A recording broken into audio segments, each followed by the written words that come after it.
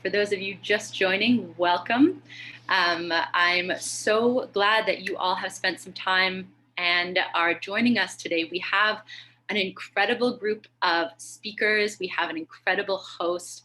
And I would venture to say, most importantly, we have an incredible amount of wisdom in the crowd from the over 130 of you who have signed up for today's conversation.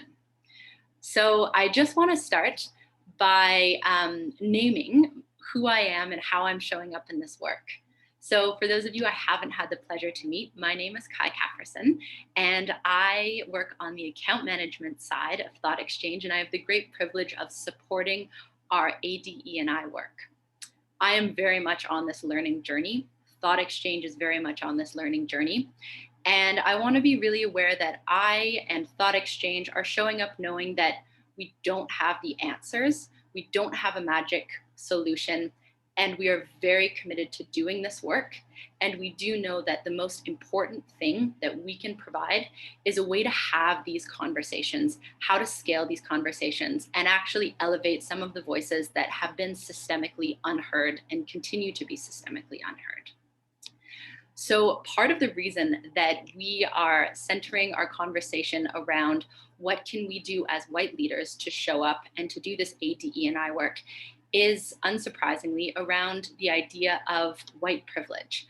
So I am a white person, I have a lot of white privileges, and I want to start us off with an exercise to actually center ourselves and think about how we're showing up in this space at the different levels of the journey that we're on and with the different privileges and experiences that we may or may not carry. So we're going to do a little bit of a group activity right now. And Dr. Carpenter, who is the head of anti-racism and equity at Thoughtexchange, is going to be hosting our session today. And I'm going to ask him to join me in this activity. And I'm also going to ask all of you folks as participants to join me in this activity as well. So we're going to start off by putting up our hands with 5 fingers. So Dr. Carpenter and myself, and if the panelists want to join, they're welcome to. And I'd ask all of you to as well. So I am going to read a statement. And if this statement is true for you, then put your finger down. So if this statement accurately represents your experience, you're going to put your finger down. So statement number 1. I can easily find makeup or bandages in a flesh color that matches my skin. Statement number 2, and put your finger down if this is true for you. I can be sure that if I need legal or medical help, the color of my skin will not work against me. So if this statement is true for you, you put your finger down. Number 3, COVID withstanding, I can easily find a hairdresser who can actually do my hair. Statement number 4. I can be pretty confident that if I ask to talk to the person in charge, I will be faced with a person of my race. Statement number 5. I can do well professionally and not be called a credit to my race. Great. So we're all left with no fingers, some fingers, all fingers. If you're left with no fingers, that is your white privilege. That is a spectrum. There are different ways that we can show up of having association to white privilege, having white passing privilege, having full white privilege. But what I want to take a moment to do is recognize that we are all coming at this from different levels of racial privilege. And I'd love for you to actually post what number of fingers you were left with in the chat to get a sense of where we're coming from here. And I'll start us off. I had 0 fingers left. So let's take a moment and just post in the chat here. Great. Awesome. So I see that we're all kind of coming at different levels. We've got a lot of white privilege. We've got some folks who don't carry white privilege. We have in between the spectrum. This is beautiful. Thank you so much for sharing this.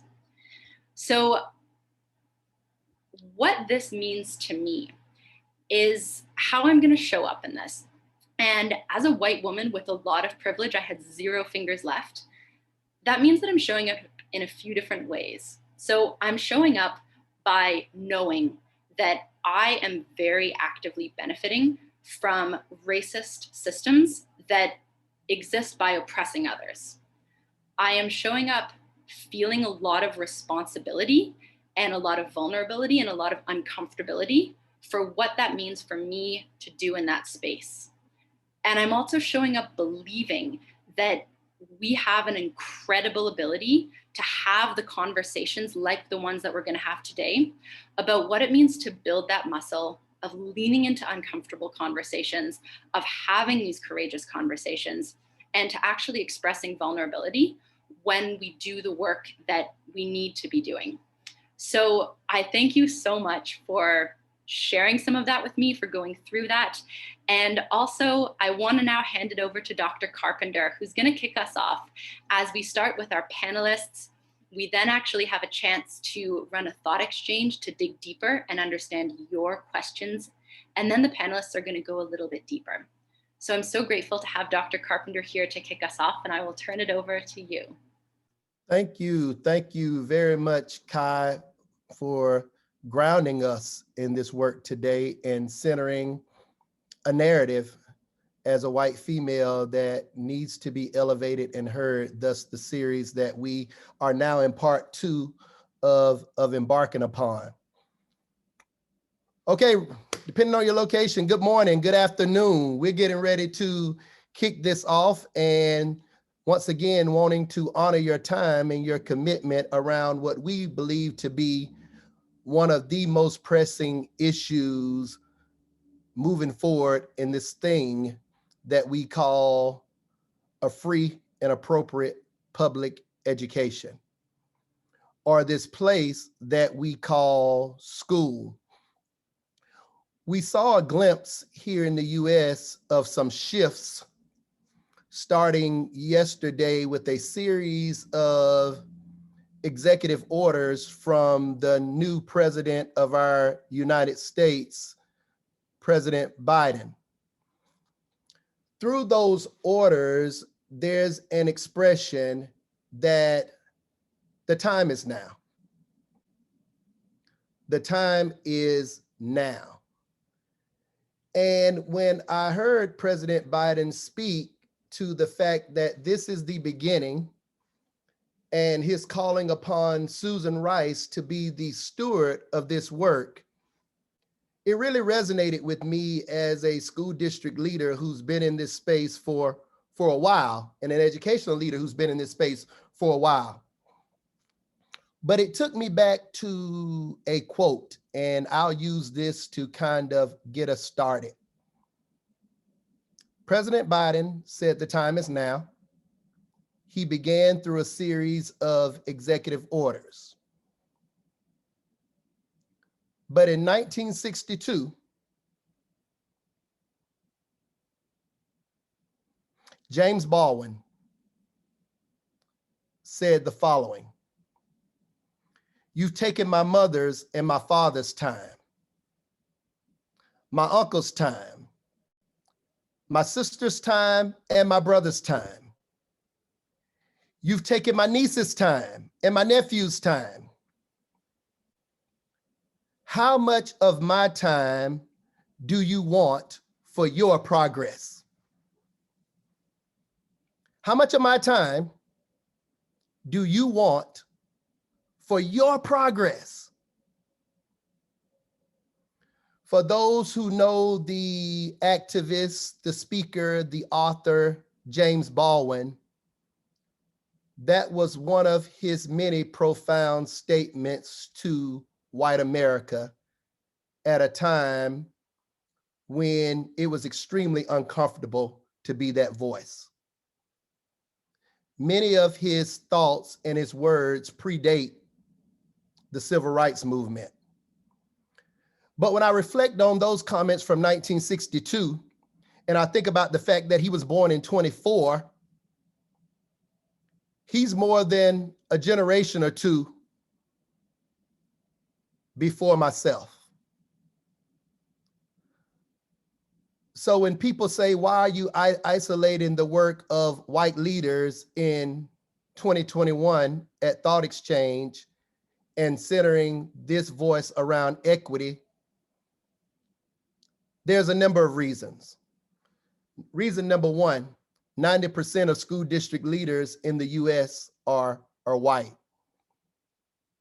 And in a recent survey of AASA, 90% also stated that the work of equity, diversity, and inclusion was important work. But a mere 20% believed that they were equipped with the skills and the talents to do this work in the districts in which they lead. So minus the lack of service that many kids are experiencing in our schools, in spite of the lack of belonging that many children may feel in our schools, we have leaders who need support in this work. 2021. And if I were making the statements in 2021 that Baldwin made in 1962, think about this. That same quote would sound like this: "You've taken my great-grandmother's time. You've taken my great-grandfather's time. You've taken my great-niece and my great-nephew's time. You've taken my niece's time. You've taken my nephew's time. How much of my racist time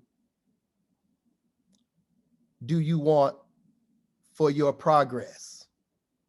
How much of my family's time do you want for your progress?"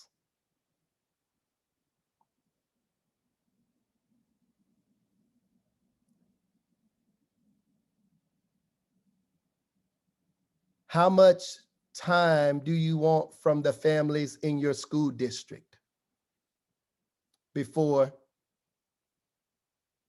you show progress and they see improvement? So President Biden says the time is now.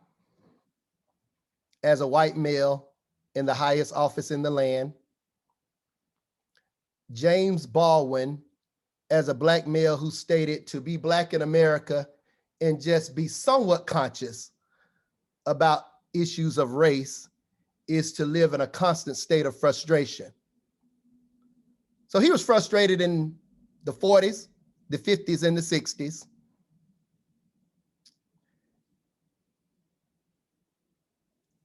And we wait, and we wait, and we celebrate incremental change as we wait. As a Black man in America, I felt excitement on January 20th when President Biden and Vice President Harris took over the reins of our country. But even in that excitement, I'm waiting. Even in that excitement, I'm holding on to the only thing that I know for marginalized people, and that is hope. But in a place called school, when it comes to strategic planning and strategic thinking, you all have heard before that hope is not a strategy. Hope is not a strategy. And for your most vulnerable populations, your most marginalized populations, hope is the only thing they have to hold on to. Lest you, as leaders in these institutions, pick up the work and accelerate it. That's why we're here today, to center some of those voices and engage deeply into this work of leading for diversity, equity, and inclusion while white. We'll start with our first speaker, Dr. Susan Edenfield. Susan became a colleague of mine and a friend of mine in this work, and we've never met each other. It happened in this alternate universe that we call Twitter. I think I can be a little provocative in that space. And I came away admiring some of her tweets from time to time. And I said, hey, I'm following this lady over here. And she's here for all of us today, and we're excited to have her with us. So give it up for Susan Edenfield. Dr. Edenfield comes by way of Highland Public Schools, where she serves as superintendent. Doc, let's do it. Thank you, Dennis. Good morning, good afternoon, everybody. I'm so happy to be here with all of you. I want to build upon what my friend Dennis had said in two ways. First of all, what Dennis was speaking to around how essential hope is, but that it's not a strategy, and generations of our Black, Indigenous, people of color, students, colleagues, families have been waiting a long time for what we're talking about today to become reality. And so when I first got to Highline, I got criticized a little bit for going too fast. And my response was always, I'm only going as fast as our kids need me to go, which means I'm never going fast enough. So my question is, when are you going to pick it up? Because there is a sense of urgency in this work, because we are essentially every day we're making up for lost time. Let's face it, we are playing catch up because we are so behind. And so I also want to, in reference to Dennis's comments about I'm a little mouthy, for those of you who know me. My friends at Thoughtexchange know that, and some of my colleagues around the country. But that my ability to be provocative and vocal on issues is very much a privilege. It is very directly part of my privilege as a white woman doing this work. My female colleagues of color, especially my Black colleagues, do not have that freedom to speak their mind in a way that I think is authentic to them. And that's a problem. And that's a problem that I think requires all of us, not just colleagues of color, but those of us who are white colleagues, to be a part of naming, addressing, and figuring out what we do differently. So, people ask me why in Highline we have taken on the work in the way that we have. And this is what I would say. First, to give you some context, I'm in my 9th year serving as superintendent in Highline. And I'm a former English teacher. And so I think words matter. I think especially how we talk with, to, and about our children matters. It matters mightily. And so I will tell you that Highline Public Schools is a richly diverse school system where every single child is brilliant, beautiful, and brimming with promise. And where we have made a promise, rather than a mission or vision statement, we have made a promise to our children, to our families, to our community, that every student will be known by name, strength, and need, and graduate prepared for the future they choose, not a future that was predetermined for them by somebody telling them, no, you can't take that class, no, you shouldn't aim for that goal. We want our children to graduate prepared for whatever path they choose for themselves. Now, that Highline promise in and of itself is a commitment to equity, because if we could say that every child in our public schools in the United States was known by name, by strength, and by need, and graduated prepared for whatever path they chose, we would have arrived. But we are so far from being there. And so we are richly diverse in Highline, and only after I tell you how beautiful and richly diverse our community is, will I also share with you that our children and families, sadly, too many of them face all of the challenges that are all too common, particularly in urban areas of this country. Roughly 70 to 75% of our students rely on us for most, if not all, of their meals.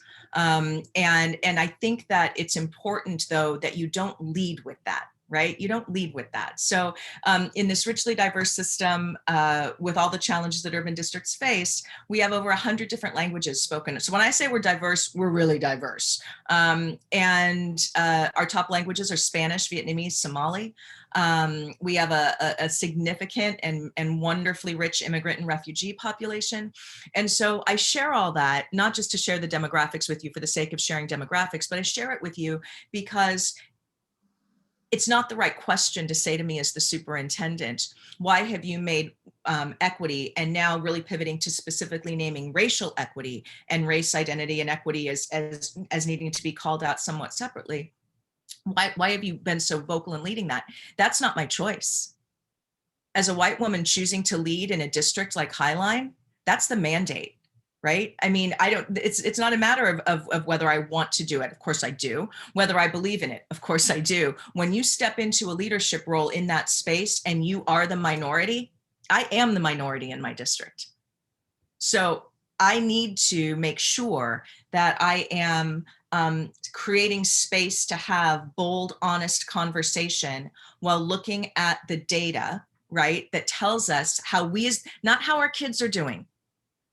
How are we as the adults doing for our kids? That's the difference in the conversation.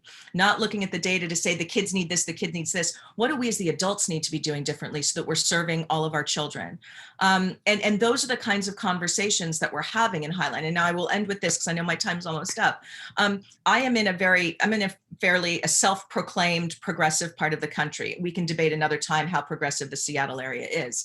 But in that geographical space, these conversations are really expected. And so I can be bold, but I know colleagues across the country don't necessarily have that. And so I think that makes me feel even more responsible to put these issues and ask these questions publicly. Wow.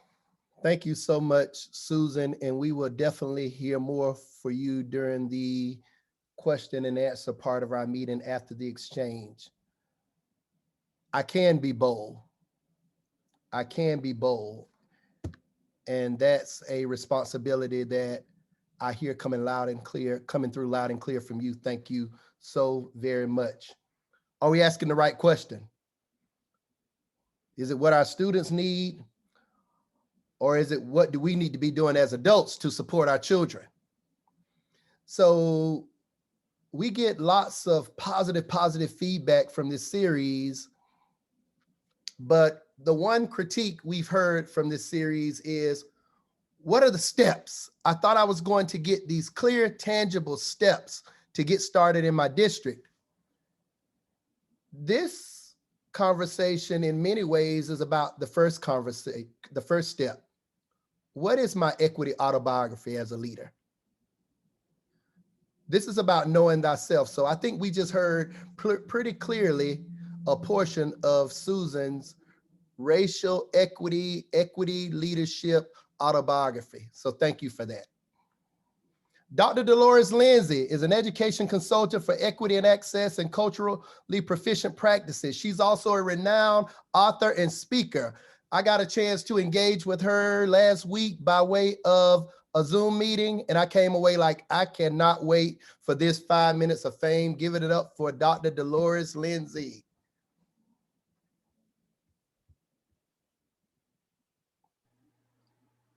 Dr. Dolores, we'll just ask you to unmute. Here we go. Now I'm here. Thank you, Dr. Carpenter and Dr. Enfield, and this opportunity this morning. Just to build on some things you both have said, what I want to emphasize is taking hope and turning it into action. And how do we do that? I also want to talk about who I am. Dennis talked about our autobiography. This work begins with self. We talk about the inside out approach. So I have to first know who I am and who I am in relation to those I serve.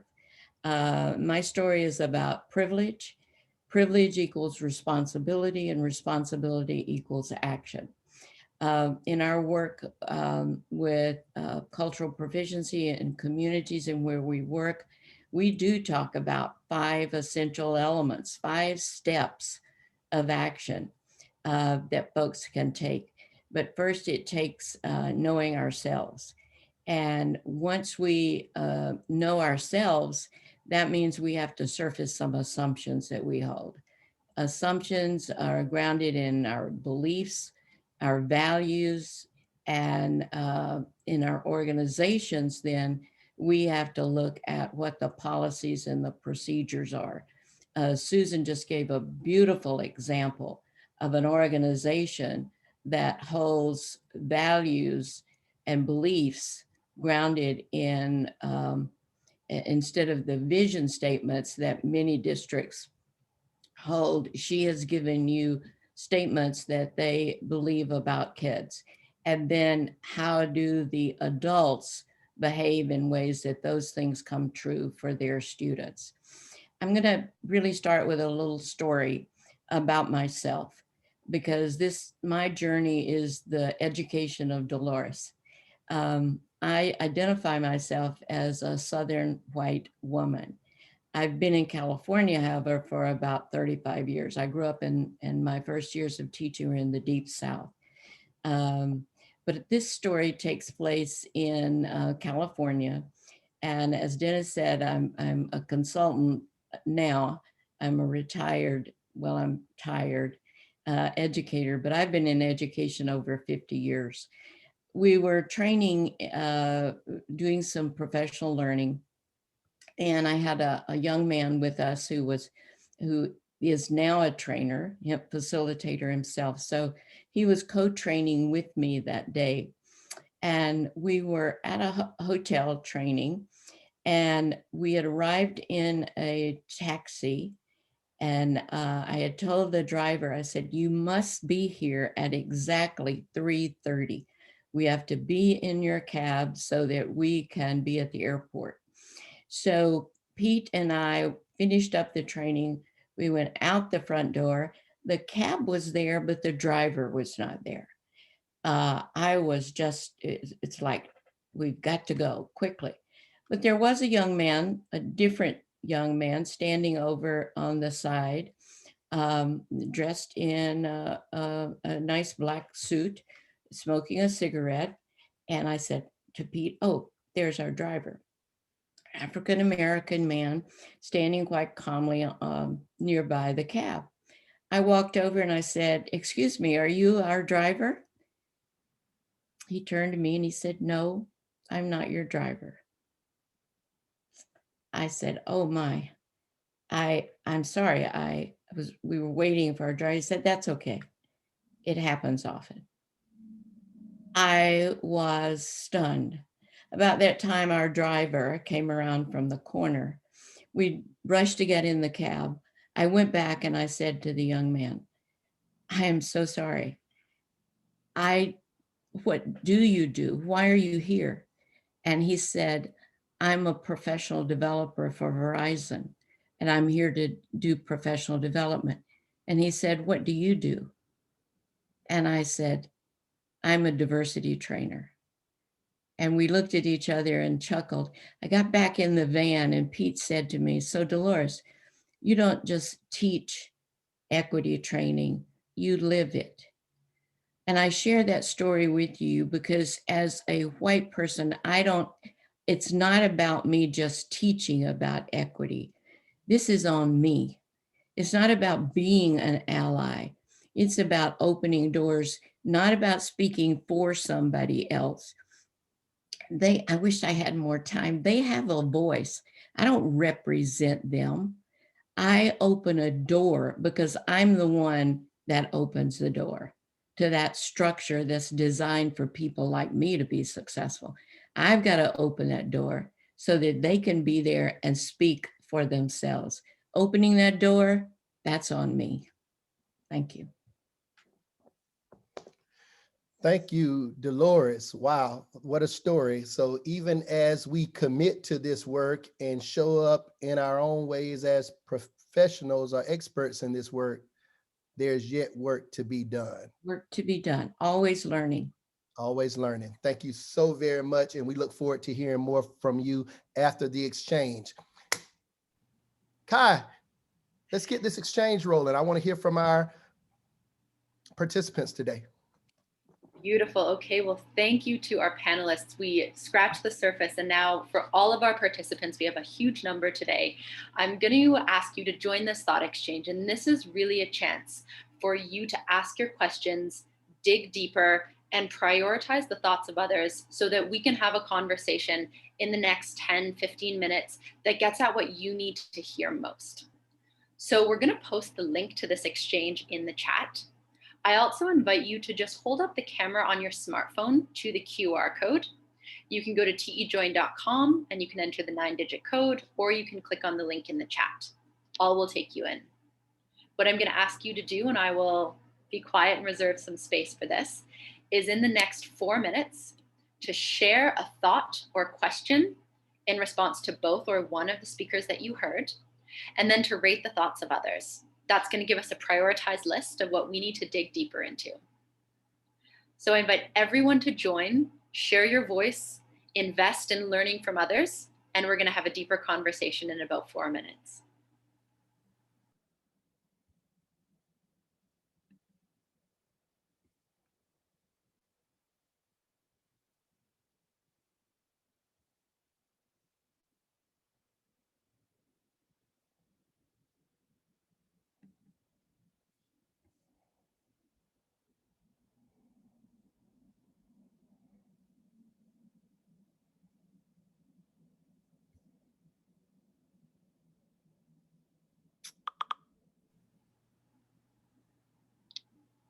So once you're in the exchange, please share a question or thought and move into the rating stage.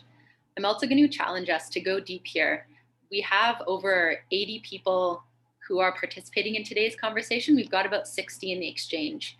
I'd love to just challenge you to take a moment and actually use this time to ask the questions that you want to hear more deeply about. So I'll give us about 3 more minutes to share our thoughts and to rate the thoughts of others.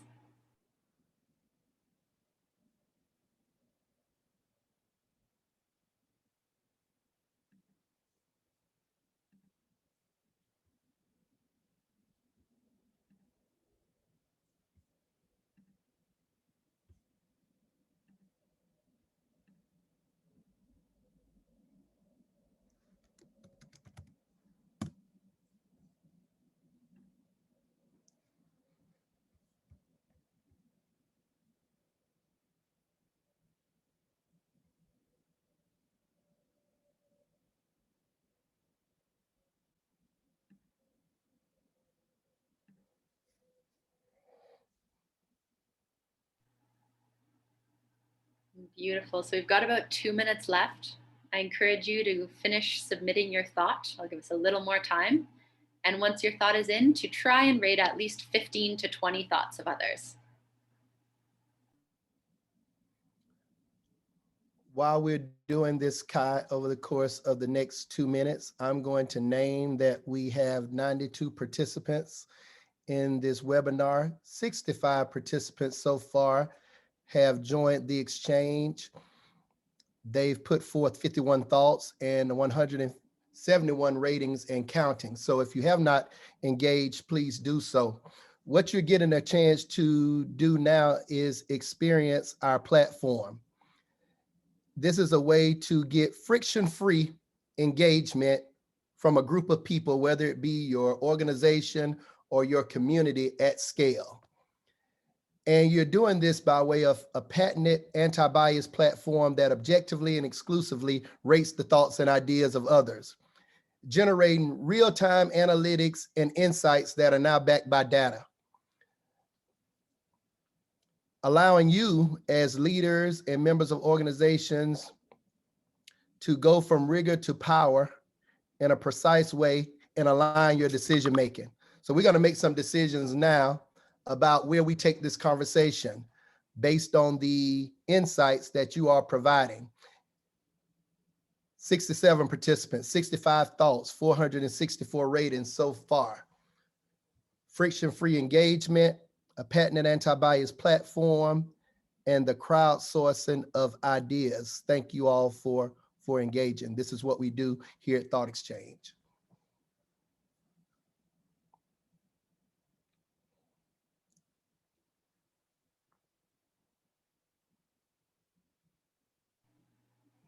Beautiful. So we're just coming up on time here.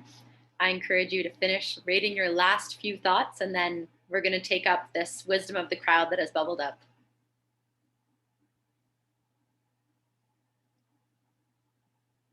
Beautiful. All right. Thank you, everyone, for the participation. What we're going to do now is look at the thought that has risen to the top that most of you have said, yes, this is important and I want to hear more about this. So the thought that seems to be resonating most is so much of this work revolves around changing mindsets of others. How do we do this? We all need to be willing to examine our own mindset in order to really address this issue. So this is something that I'm going to challenge our presenters to do the really hard work of trying to give 1 to 2 minute answers to this, because I want to get through as many as we can. So that is hard work, and it's a challenge I know you can rise to. So I would love to start us off answering this question with you, Susan. Yeah, so it's a hard, quick answer. You don't change people's beliefs or mindsets by telling them so. Sadly, if it were that easy, it would be easy.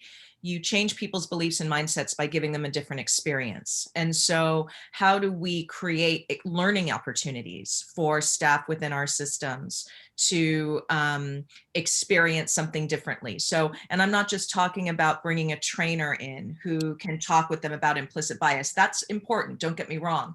But how are we also finding examples of other systems where they've gotten traction with some of this work, so that they can see that like their colleagues in other places succeeding in sort of shifting their mindset and believing, you know, something different. It's hard. I mean, there is no way to, unfortunately, you know, as a leader, try as you might, you cannot regulate human behavior. And it is difficult to change somebody's heart and mind. But ultimately, if we keep exposing people to examples of that which we aspire to, then it starts to come along. And I would say too, it won't come from leadership. It'll come from peer pressure. So as leaders, we have to put the conditions in place, for lack of a better term, for peer pressure to kick in.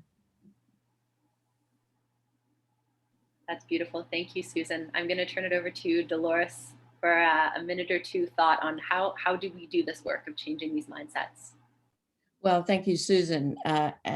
One of the things I've learned over the years is I cannot change someone else's mind nor their heart. What I can do is create those conditions where people have an opportunity to examine their own thoughts, values, assumptions. People ask what comes first, beliefs or behaviors? And the answer is yes, because sometimes just seeing something in action will cause a person to change their beliefs. So as Susan said, if people can see best practices, but I have found that engaging in a true, well-facilitated dialogue so that people are asked to confront, so what is it that causes you, or when you say those kids, who specifically are you describing?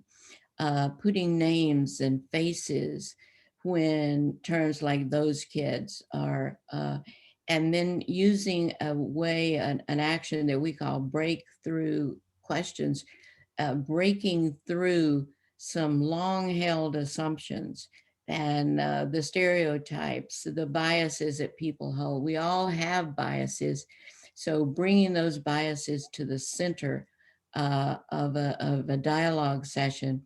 And again, it's just confronting, sometimes with data, and we can't deny, even though people will try to deny the data, confronting the data and saying we can no longer deny that there are students in our community who are being left behind, who are, and it's our responsibility.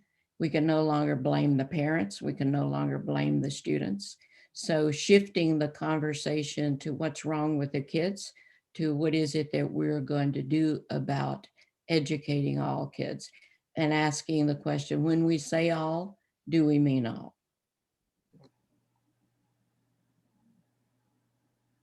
That's powerful. I love this, and it bleeds into our next thought. And I want to give Dr. Carpenter the space if you have any remarks on this thought of changing mindsets and how we've talked about leading and data. I'd love to hear your thoughts. Absolutely. So I totally agree with the speakers, and I love Susan's thoughts as it relates to the peer pressure dynamic that causes change. And as a leader, what you do is very similar to what Dolores has stated. I mean, you create those conditions and then you model. those effective practices. You model the storytelling from a place that Singleton and Linton would call personal, local, and immediate. So tell your story and sharing that out. And then one other thing that's a great, great opportunity for all of us across our school districts now is to diversify those spaces in which decisions are made. If you could just start to diversify the spaces where decisions are made in your organization, what'll come from that is a diversity of intellect and the ability to hear and have to honor perspectives that differ from your own. And once we start to do that, then there's a cultural shift that will occur over time. So thank you, Kai, for that question, and thank you to our audience. Dennis, I think that idea of diversifying decisions actually leads us really well into another segment I'm going to take us into. So for folks who aren't familiar with this, what you're seeing is the results side, the Discover dashboard, as we call it, of your exchange. I'm in the word cloud. And there's a really interesting story that we're being told from your responses. So what we're looking at right now is a word cloud that's showing big words by the frequency. So when you folks all put in your thoughts, really what came out was white people have a lot of work to do. There's questions around that. White and work are very much big topics. We can look at this and say, what happened when we starred the thoughts of others? What happened when that group learning and empathy building happened? And there's this really interesting shift where white and work is still there, and it gets more complicated. There's the question of, we know that this is important and change needs to happen. What happens when you bring white privilege into this conversation of diversity, equity, and we're bringing that district team on board? So with this context of this is what the group is really prioritizing right now, I'm going to take us a level deeper. What we're seeing here is areas where the conversation diverged. Group A has some people rating these thoughts really high and some people rating these thoughts low. So there's a bit of a division around some people saying, yes, we'd love to hear about your proudest moments as co-conspirators, and some people saying, that's not important to me, I don't need to hear that. What's most important, I would venture to say, is seeing where the alignment is between these two diverse groups of people, these two opposing thoughts. Folks are saying that, as we talked about, how do we change these mindsets of others? But where I see commonality coming in is this conversation of, what about developing trust in the district, especially as a white leader with these perceptions, either from yourself or towards yourself from others? How do we actually develop trust with these diverse groups of folks to have these diverse decision-making circles and really have it centered in, it takes a village? What is trust? What does developing trust look like to get us there? So centering ourselves in the idea of developing trust with diverse groups of people as a white leader, I'm going to actually turn it over to Dolores to kick us off to answer this question. How do we develop trust with diverse groups to work together collectively? Well, in almost any survey that you do with school groups, and you ask, what is it you need to do your work in school, trust will come to the top. And working effectively and collectively in groups is, Dennis mentioned this earlier, is modeling and behaving in a trustworthy manner.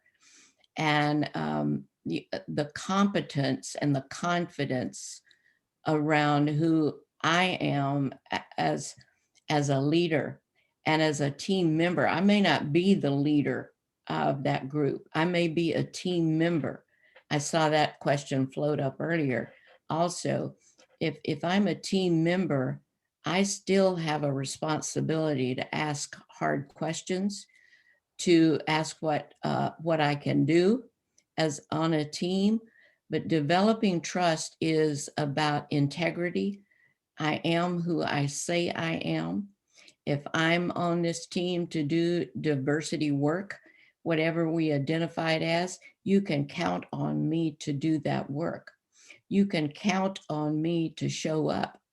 So the literature has been very clear about how to cultivate and sustain trust. And it's around integrity, competence, confidence, holding confidence that if I'm going to tell you my story in confidence, I can trust you're going to hold that story close to you. But in working with diversity work, there has to be a safe environment, not a comfortable environment always, but a safe environment that I and others can share their stories. And let me just say this, that for so many years, we have depended on people of color to do the diversity work. How many more stories? It's like Dennis says, how much more time? How many more stories are we going to need to hear from our colleagues of color that it's going to take for white people to say, oh yeah, I get it. No, they're going to say, get over it. When they say get over it, they don't understand what the it is. So having more opportunity, if I can open more doors, more opportunities than me, rather than me telling about somebody else's experience, then opening those doors, more perspectives. My job is to say why we value the perspectives of other people. And if I demonstrate that, then folks can trust that if I value those perspectives, then maybe there's the opportunity that they will do that also. So again, it's about confidence that we have in each other. And if I demonstrate the confidence that I have in my colleagues of color, then you know you can count on them and you can count on me.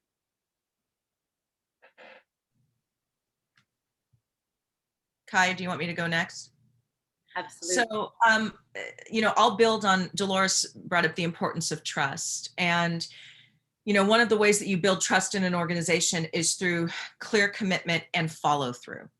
And so I want to talk about some of the very specific moves we've made in Highline to do this work. So first of all, 3 years ago, we started holding an annual equity symposium for initially certificated, but then we heard from classified staff, they wanted to, so now it's all staff, an equity symposium in August. And, it started kind of mild, right? And then the first year we dipped our toe in the water. And then the second year, everybody signed up for sessions, but everybody had to take a session on understanding implicit bias, so that we were creating some common understanding and language. And we've built this equity symposium in-house. And so we have upwards of 75, 80 sessions that staff can sign on to. Some are facilitated by our staff, some by community partners.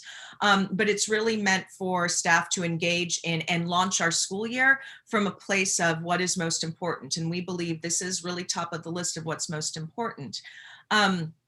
Last year, this year we had to do our equity symposium virtually, but we still did it. We had over 3,000 people on a Zoom engaged in, this really, really important learning. So we have our annual equity symposium that at a high level reiterates our commitment to not backing off of this work. And then we also have a joint district leadership and teachers union team that is aimed at what are the moves that we're making collectively as a system to support our teachers and staff in this work. And so we also have quarterly leadership forum meetings, which is all of our principals, assistant principals, and central office leadership.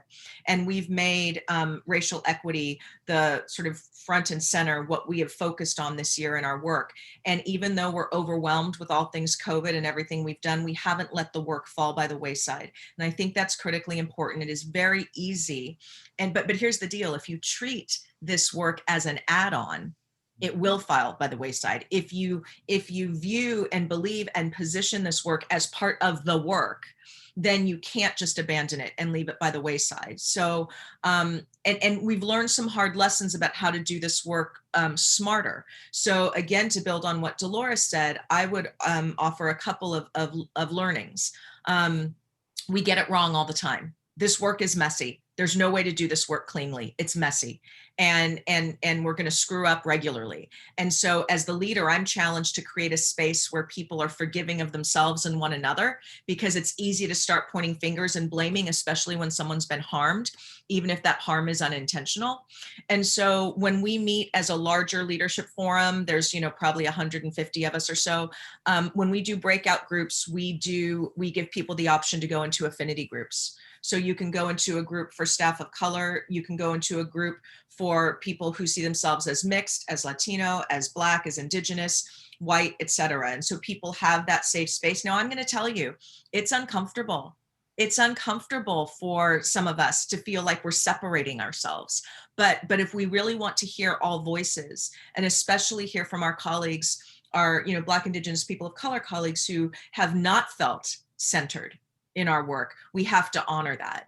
Similarly, we also heard from folks that, we want to be a part of this conversation, but as a person of color, I'm so tired of trying to school you people up on what needs to change in the system. But I need my own space to talk with colleagues who look like me, who are sharing my experience in the system. So we created affinity groups, and staff can sign up to be a part of an affinity group that they create, and we compensate them. Because the other thing that we heard was, don't make me keep doing this extra work for free.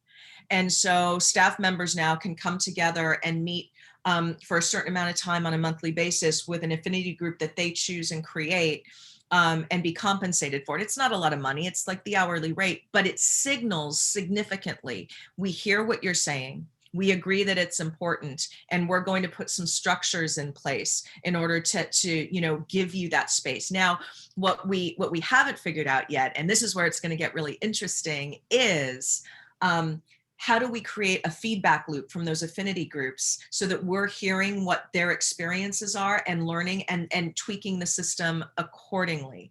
And I've got to figure out how we do that in a way that doesn't impose the district on the organicness of those affinity groups, but really somehow channels the wisdom that's coming out of those affinity groups to change the system. Otherwise, what's the point? And I will end with this, because I know we're coming up on time, but we have made a concerted investment in Highline in diversifying our staff over the last 5 years. And we've done a pretty damn good job of it. I mean, we've seen our staff diversify at rates higher than others in the state. But here's the deal, guys. That's the easy part. Hiring is the easy part. We are still welcoming BIPOC staff into a system that is not hospitable to them. So now the hard part is, what do we have to do as Highline, as the system, to make sure that the people that we are saying we want in our system and are working so hard to bring into our system feel that this is a safe, respectful place where they can really find their professional home that honors who they are. And finally, sorry, I know I'm going over, Kai, but then ultimately, one of the words that I didn't see in our Wordle, and I was guilty of not putting it in my question either, students.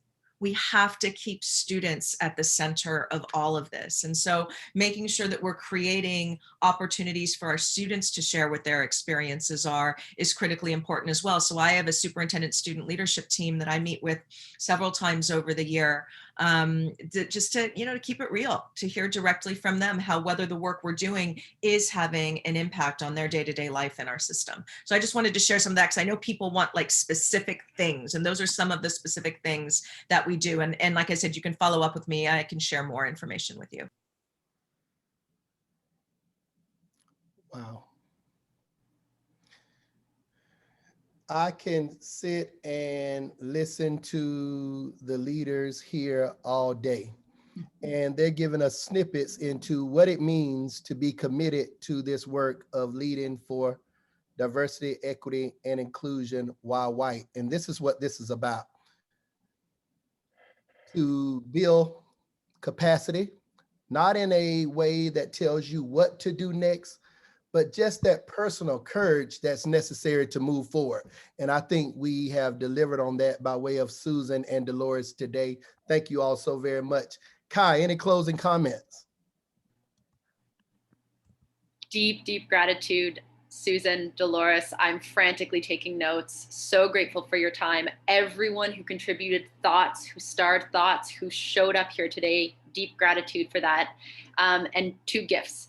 The first gift is we want to know what you like. We want to know what you don't like. We want to know ideas that you have for this series. Every event that we've had, there have been more and more participants. The speakers are incredible. We want to get your feedback. So we're going to be following up with the Thoughtexchange link where you can go in and tell us what you think about this event, about other events, what you want to see in the future. 1 gift. The second gift is that we have a next event coming up. February 3rd, it's on the theme of leading DE&I work while white. And this is going to be same topic, different perspectives, different conversations. Show up. We want to hear what you have to say. We want to keep this conversation going. And I'm so grateful for the vulnerability and the courage that folks brought today. And I'm going to give it to Dennis for our closing word. Thank you all so very much for leaning into this conversation and participating. We look forward to seeing you at subsequent events. We began with Baldwin, and so I think I'll end with Baldwin. When I think about the education that we received today by some very courageous white leaders showing up in all of their experience and vulnerability. But Baldwin also said, the paradox of education is precisely this, that as one begins to become conscious, one begins to examine the society in which he is being educated. Stay conscious and continue to examine your society and your organizations. You all have a great remainder of the week.